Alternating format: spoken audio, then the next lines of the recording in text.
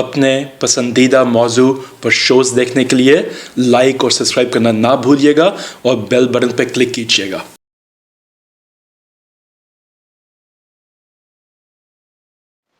ناظرین، ہمارے ساتھ نور محمد قصوری صاحب حقائق ٹی وی کے مستقل مہمان۔ ہم قصوری صاحب آج یہ جاننا چاہیں گے کہ یہ جو اچانک امپورٹ بند کی گئی، گاڑیوں کی امپورٹ بند کر دی گئی اور اس کے بعد ایک دم چھوٹی سے چھوٹی گاڑی کی قیمت بھی 4 لاکھ سے لے کے جو بڑی گاڑی ہے اس کی قیمت 40-50 لاکھ تک بڑھ گئی۔ جب یہ قیمتیں بڑھ گئیں تو اس کے بعد ایس آر او واپس ہو گئے، مطلب پھر دوبارہ امپورٹ کھول دی گئی۔ یہ ایک اس پالیسی کے پیچھے کیا سوچ تھی؟ پاکستان کی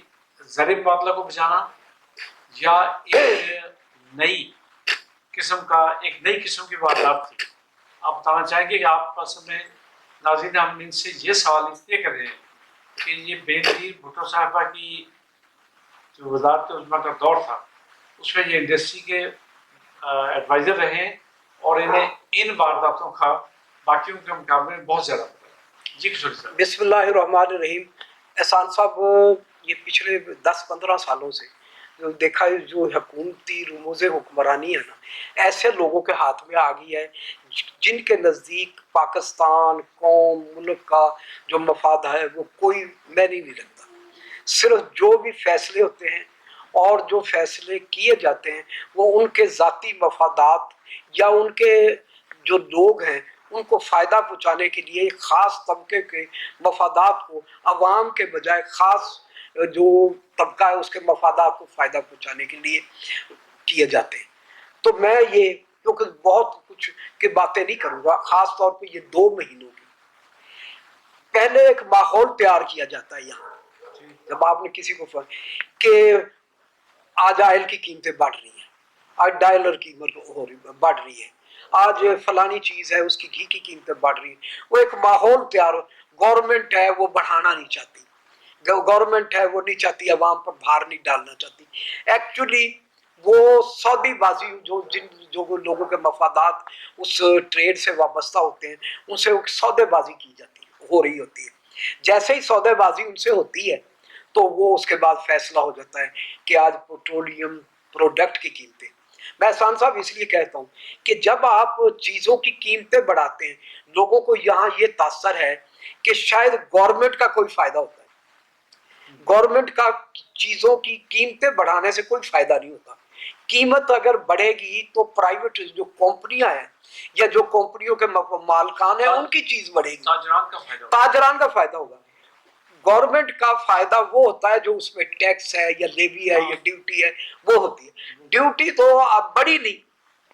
ڈیوٹی تو کہہ رہے ہیں کہ ہم بڑھائیں گے، ابھی ڈیوٹی بڑھی نہیں، لیکن پیٹرولیم پروڈکٹ پر ڈیزل پر 150 روپے، جو پیٹرولیم جو پیٹرول ہے اس پہ 130 روپے، اور دوسری جو پروڈکٹ ہے فرنس ہے، بلیک آئل ہے، وائٹ آئل ہے، ان پہ مطلب ہے یہ بلین آف روپیز کا جو عوام پہ، میں یہ کہتا ہوں کہ 1500 ارب روپے کا جو یہ بار ڈالا گیا عام آدمی پہ، پاکستان کے ہر سیکٹر پر، ہر دکاندار پر، ہر شہری پر،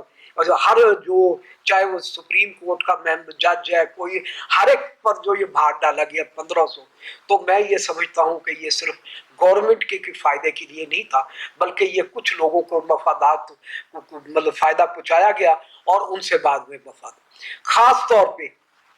پیٹرولیم پروڈکٹ میں اس وقت 30 یا 35% گورنمنٹ سیکٹر میں، لیکن جو ایڈیبل آئل ہے،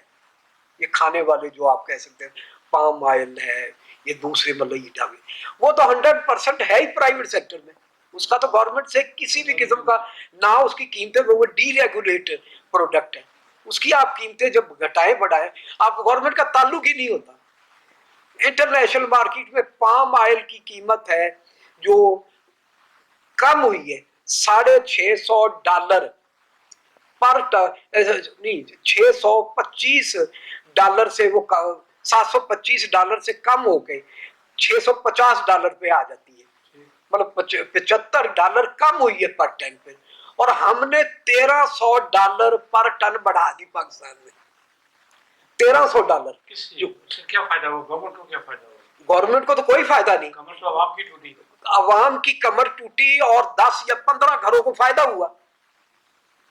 جو پاکستان کے بڑے بڑے امپورٹر ہیں ایڈیبل آئل کے, جن کی ایڈیبل ریفائنریز ہیں, گھی کے کارخانے ہیں, ان کو یہ مطلب اگر 25-30 بندے ہیں, ان کو کم از کم 1000 ارب روپے کا فائدہ پہنچائے. تو احسان صاحب, جو میرا تجربہ ہے, جب بھی یہ چیزوں کی قیمت بڑھتی ہے یا پروڈکٹ کی, تو وہ صرف اکیلا ان کو جو پرائیویٹ سیکٹر کے یا لوگ ہیں جن کو فائدہ پہنچائے, وہ اکیلے نہیں ہوتے. اس میں مطلب ہے کہ مختلف محکموں کے بھی لوگ اور جو ڈیسیژن میکر ہیں, پالیسی میکر ہیں, وہ بھی فائدہ اٹھائیں. اسی طریقے سے اب جو تازہ وار جیسے میں کہہ رہا ہوں کہ پہلے ایک لوگوں کو یہ کہا گیا کہ ہم یہ لگژری ایٹموں پہ پابندی لگا رہے ہیں,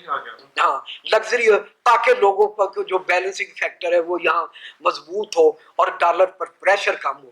اس سے یہ ہوا کہ پاکستان میں جو آٹو موبیل ہیں ان کی قیمت کہیں 40%, کہیں 50%, جو کہ 100% پرائیویٹ سیکٹر میں ہے. ایک بھی ادارہ ہے نا احسان صاحب پبلک سیکٹر کا نہیں ہے, سب مطلب ہے کہ یہ پرائیویٹ سیکٹر کے لوگ ہیں. پہلے ان کو ایک انوائرمنٹ تیار کیا گیا کہ ڈالر کی قیمت بڑھ رہی ہے, ڈالر کی قیمت تو بڑھتی ہے, کہیں $2 بڑھ گئی, $3 بڑھ گئی. انہوں نے جناب یہ کہہ سکتے ہیں کہ جو یہاں کے بگ مینوفیکچررز ہیں آٹو موبیل کے, یہاں 4-5, ان کو بلین آف روپیز کے فائدے پہنچائے گئے. اور اب تو یہ اللہ تعالیٰ کا ایک نظام ہے کہ جن کو فائدے پہنچائے جاتے ہیں اور جو ان سے مستفیض ہوتے ہیں, کسی نہ کسی طریقے سے جو اس کے پیچھے ہوتے ہیں چور, وہ بھی پکڑے جاتے ہیں. ایک خبر آتی ہے پاکستان کے اخباروں میں جس کو بڑا سارے اخبارات مطلب تو احسان صاحب وہ ہمارے میڈیا میں خبریں چھپتی ہیں کہ جو پاکستان کا سب سے بڑا آٹو موبیل کا ادارہ ہے, اس کے جو فارن اس کے انویسٹر ہیں, فارن اس کے سپانسر ہیں, وہ پاکستان آئے. یہاں کا جو لوکل ان کے جو سی او تھے یا ان کی کمپنی کے ایڈمنسٹریشن کے لوگ تھے سپانسرز کے, وہ جاتی عمرہ جاتے ہیں. تو اب فیصلے پاکستان میں جاتی عمرہ میں بھی ہوتے ہیں. آج اداروں کو, پاکستان کے جو ادارے ہیں جو ہمارے اینٹی کرپشن کے کو دیکھ رہے ہیں, چاہے FIA ہے, اس کے بعد جو دوسرے ادارے ہیں ہمارے نیب کے ادارے ہیں, ہمارے دوسرے جو سپریم کورٹ ہے, ان کو یہ دیکھنا چاہیے کہ جو یہ SRO, یہ پابندیاں, کبھی یہ روز, کبھی کوئی SRO جو جاری کیا جاتا ہے, کبھی واپس لیا جاتا ہے, تو اس میں کوئی بگ پلیئر ہیں وہ اپنا کھیل تو نہیں مطلب کر رہے. اور جو لوگ, مجھے یہ بڑے افسوس سے کہنا پڑتا ہے کہ اسلام آباد میں ایک ہاؤس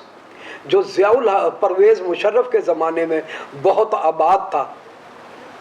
وہ آج جاتی عمرہ کی شکل میں لاہور میں آباد ہے, اور اسلام آباد میں بھی وہ جاتی عمرہ والوں کا وہ رشتہ دار ہو گیا ہے. جو اسلام آباد کا ہاؤس تھا مارگلا روڈ کا, آج وہاں بھی وہی ایکٹیویٹیز ہیں اور جاتی عمرہ میں بھی وہی ہیں.